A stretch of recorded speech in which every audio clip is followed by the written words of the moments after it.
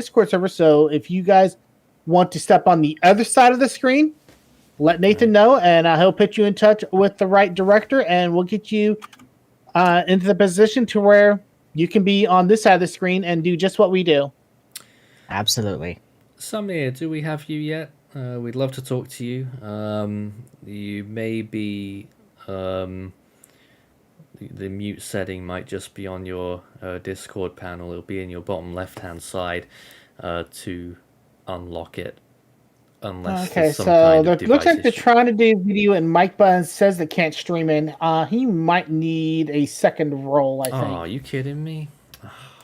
He might. Yeah, If I he might need a viewer role. If I'd have known that. Let's try now. Is that okay? Good. Who knows? Maybe the caller role? I know. Okay, never mind.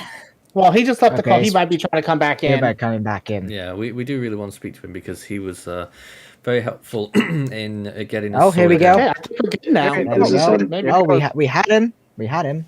Oh, here he is. There he There he is. is. There he is. How's it going, everyone? Hi. I made it. Made it just about in the end. Hello. Yeah, in How's the it final going? hour here, but I have been with you throughout the day, and I just wanted to say, first and foremost, a big thank you to everyone here, everyone who organized it, everyone who participated, everyone who won, everyone who lost.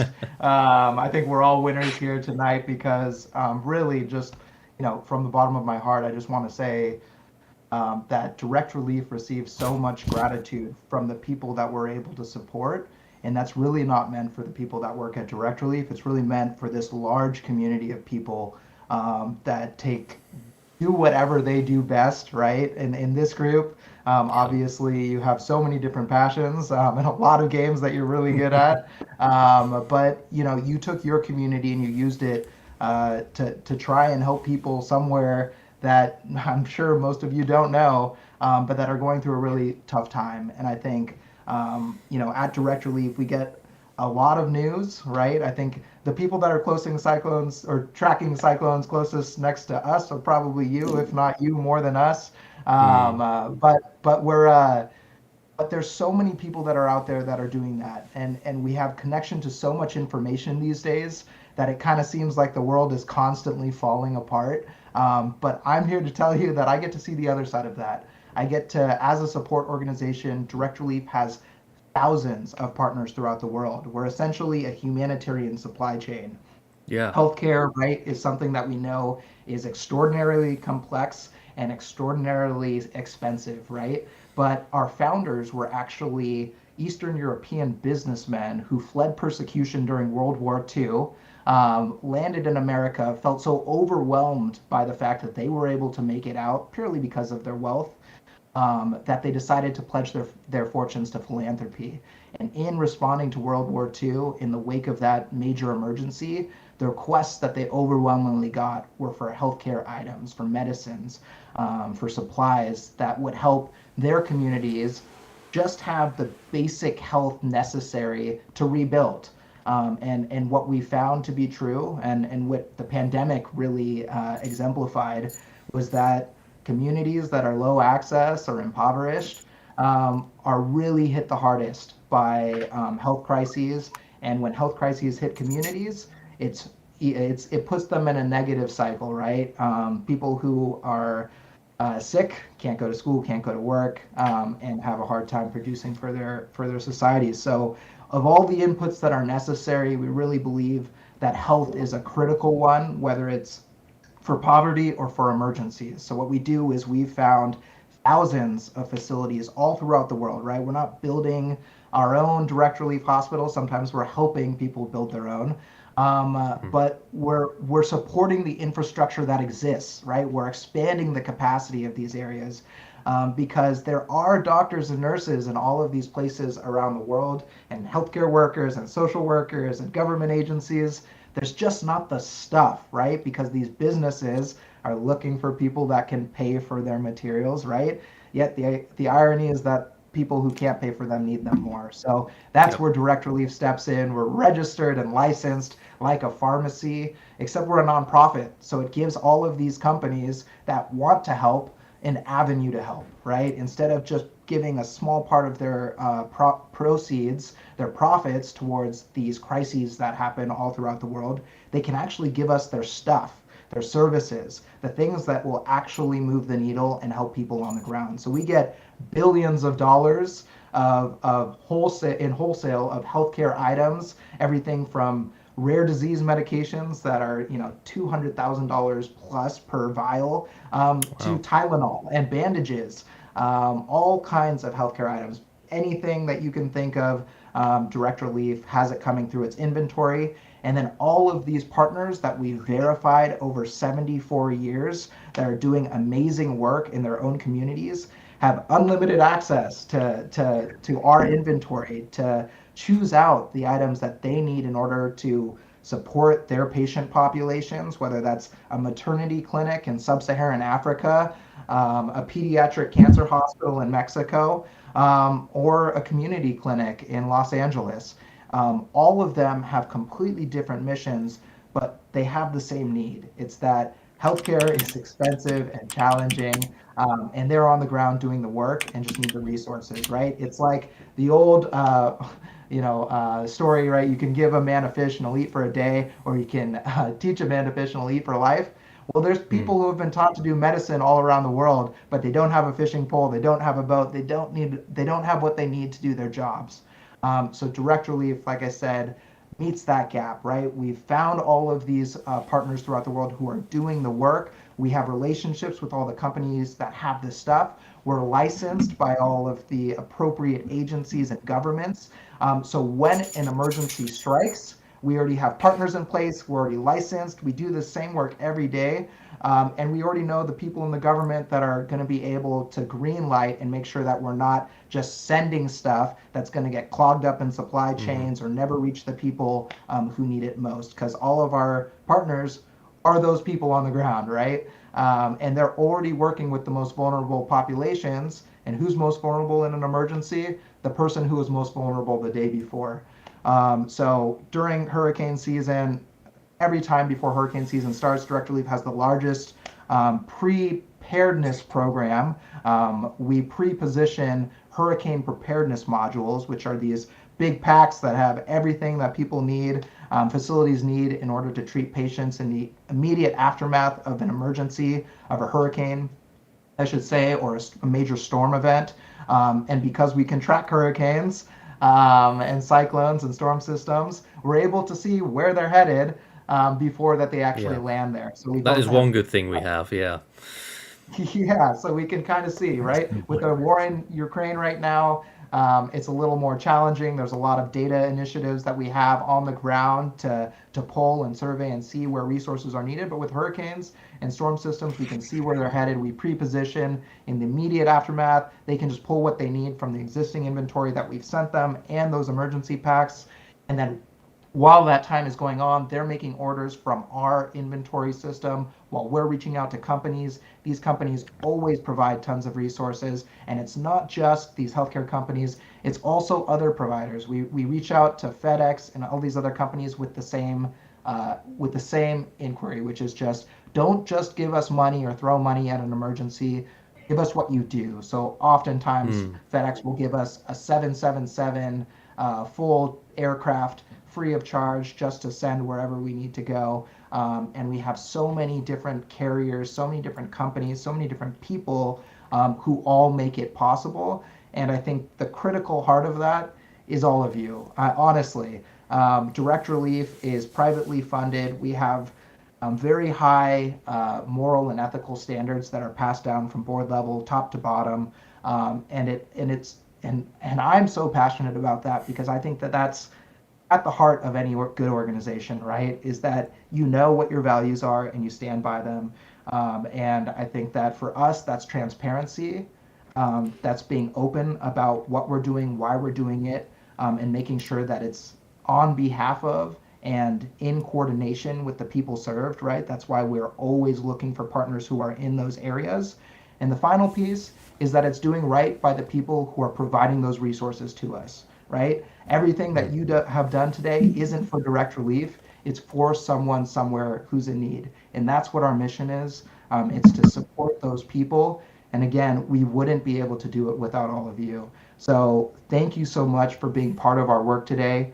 I encourage you all to follow what we do, to stay tuned, to reach out if you have any questions, and to keep these efforts going. I think there's so many things that are pulling at our attention. There's so many things to Yeah. respond to, but it's all of these little initiatives that together form this collective response that allows people to survive and to move forward. And I know that you see it through your tracking efforts, but it doesn't seem to be getting better in terms of what our climate is providing to this world. And we're going to see a lot of climate emergencies having tremendous impacts on human populations in the years and decades ahead.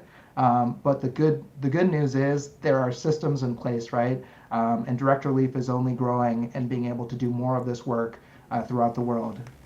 And again, all of that starts with you. So thank you so much for everything you did here today. It's gonna be a big lift for people who are still suffering from this crisis. What a great speech, Samir. And in a similar way, in how you're growing, we're also reaching new areas of people who, and actually sometimes through other charities' works, bringing the internet to less wealthy countries and locations. For instance, places like Mozambique during Cyclone Idai in 2019, we had a lot of humanitarian aid people reaching out to us who were, stationed in that area, and were relying on our updates. So we're hearing quite a lot of stories like that down in the southern hemisphere as well. I forgot what else I was going to touch on there, but certainly the point about, actually reaching the people who are in need through you, and that's what everyone here has come together to do tonight, and that's what I think we all think about. It's why we've come together here.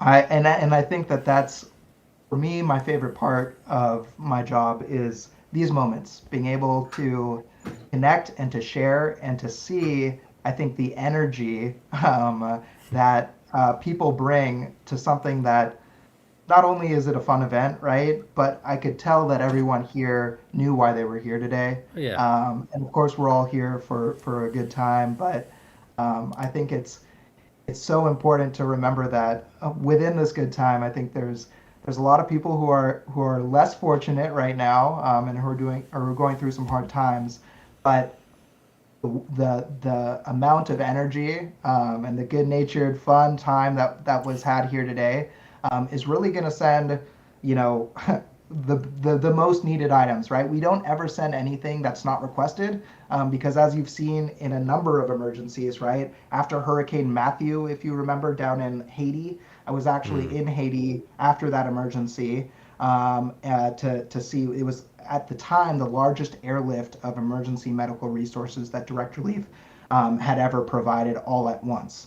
And I was down there within a couple months later, and every single thing had been left or had moved except for one pallet, which is extraordinarily challenging in a country like Haiti. And we have hundreds of partners in that country. And I think, what we saw there was that there were shipping containers upon shipping containers that never made it around the country. Same thing with after Hurricane Maria, if you remember, there were so many shipping containers that were on the outskirts of the island while it was without power, Yes. that were trying to figure out what, food, all kinds of things were going bad, medicines.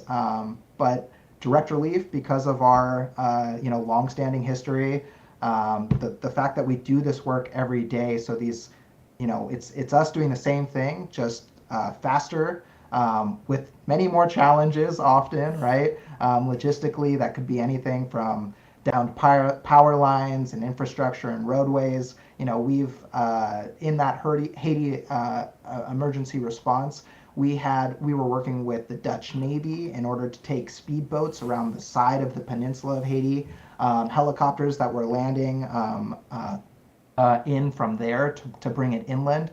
So it's kind of by any means necessary. Every emergency is different. There's also the same things that we see, right? What's happening on the ground people are fleeing the emergency, right? So they're leaving their chronic medications and disease items at home. They're impacting health systems in the areas that they're fleeing to. We actually have partnerships with Meta and other groups that can kind of anonymously track population movement. So instead of sending our resources to where the emergency hit, we're sending it to where people are. So there's all kinds of things that really shape the way that we're doing disaster relief, which all start on an everyday basis, right? Making sure that our partners that we have invited into this network are the best people to work with, long-standing in their community, are going to do right with the resources that we provide them, and are going to be there when an emergency strikes, because we're going to lean on them in order to provide support to that community, not just while those headlines are fresh and live, but long after, when we move on and get distracted to the next thing, those communities will still be in need. And so Direct Relief's model of being that humanitarian supply chain can continue providing support for as long as it's needed. Oh, great. We could probably talk for hours, Samir. Could you just give us maybe, is there like a central link or space on your website where we can take a look at the work you're doing regarding the hurricane relief? Yes, totally. So if you go to our website directrelief.org, there's a few headings on the top there. If you click on work, you can see a number of different ways that we break out our work by geography. You can see some of the maps that we make. I know that this group does a lot with that. So add a little look, yeah.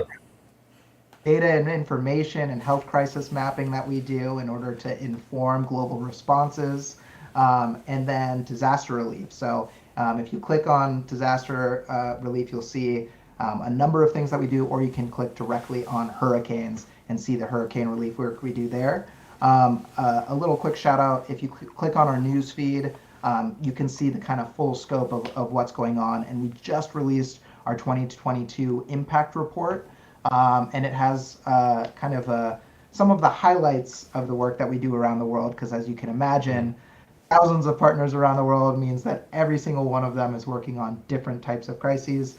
And there's been a lot that's happened this year. But please go ahead, follow our news feed. I'll also be sharing some updates with Nathan that he can share with all of you, so you can know a little bit more about what your support has provided. Oh, that's great to know. Thank you very much, Samir, for being a part of our stream tonight. Really capping it off very nicely. And we thank you for what you've been doing.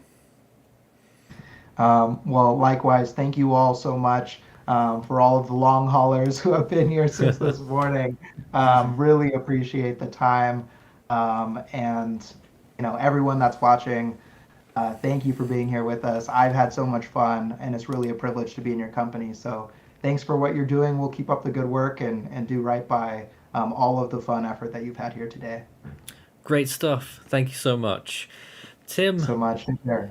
Thank you. Have a happy holidays and Merry Christmas, by the way. Yes. Tim, we're about to finish up here. You might want to save that part as a highlight. Because I'll go back and grab that right quick, Yeah, you got to make sure we do that before we finish up. Let me go do that then. To I'm going to land any second now. I'm going to end the stream with a landing here. Because why not? All right. And while I'm getting that highlight, I want to touch a little bit on what Samir was talking about. And really what we do, Nathan, is it's kind of a two-step marriage between what we do as 413 and what Direct Relief does on the ground. Obviously, we do all the storm tracking, we do all the forecasting, and then we try to take it right up to landfall and a little bit past landfall. But after the storm passes and the storm is gone and we don't do our updates, the work is still not done. Half the time, though, Tim, we're a bit guilty of that we don't do so much post-landfall coverage, but half the time it's because something else bloody starts up in another basin, doesn't it? We have to cover that. Usually it does, yeah, but just to follow up on what Samir was talking about is even once we do our part and then we jump onto another storm, the work still is not done. And that's what Direct Relief is able to step in and do behind the scenes while we're on another storm. they're taking care of those that have been injured, that have left their medication, and the logistics of getting that stuff into those areas that have been hit. Good example with Ian. We saw the pictures where Fort Myers was completely trashed, Port Charlotte completely trashed. So what our efforts here with the Force for Good has done is allow direct relief to bring supplies from, say, Miami, Orlando, Tampa Bay, get them into to those areas of Fort Myers, Port Charlotte that were the heaviest hit. No doubt. No doubt about it. Yeah. So, does anyone else have any further comments before we start to wrap up? Oh, I think that's pretty much it. All I just want to say is just thank you guys for an amazing stream. Since I was here all day, it was incredible. Absolutely. Just beyond grateful. All right. Just And- beyond grateful to be a part of this team. Yes. So For an amazing. excellent cause too. Excellent cause. Absolutely. And just because we're ending this, Christian's You gone cut off. mute. What's happened Mute, to you? unmute. I'm not on mute. You cut Oh, you off. sometimes cut off. Oh, that's odd. Just give me a minute here, Nathan. I'm still trying to get this timestamp down. Yeah. Yeah. Sorry. What I'm trying to say is just because we're wrapping up here, You Gotta cut go. off again. You're gone again. Why is he doing just that? because Don't we're, do I don't that. know why.